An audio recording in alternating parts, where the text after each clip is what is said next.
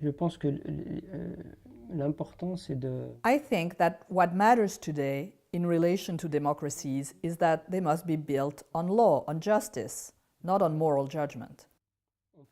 It's important. It means that laws cannot be based on the statement that so-and-so is bad. The only right question to ask is, does he have the right to do this or doesn't he? I'll give you a concrete example.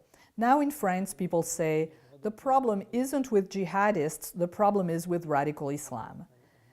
There is this concept that didn't exist until now that is being called radical Islam. That is, an Islam that would be bad, that wouldn't be compatible with the Republic.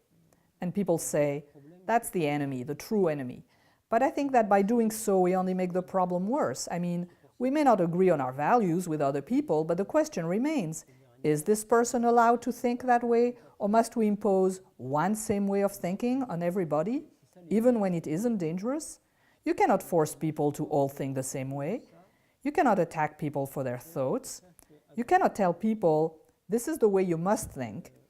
Is it dangerous or not? That's all that matters. And I say this because radicalization, or even radical Islam, for example, it's just ideas.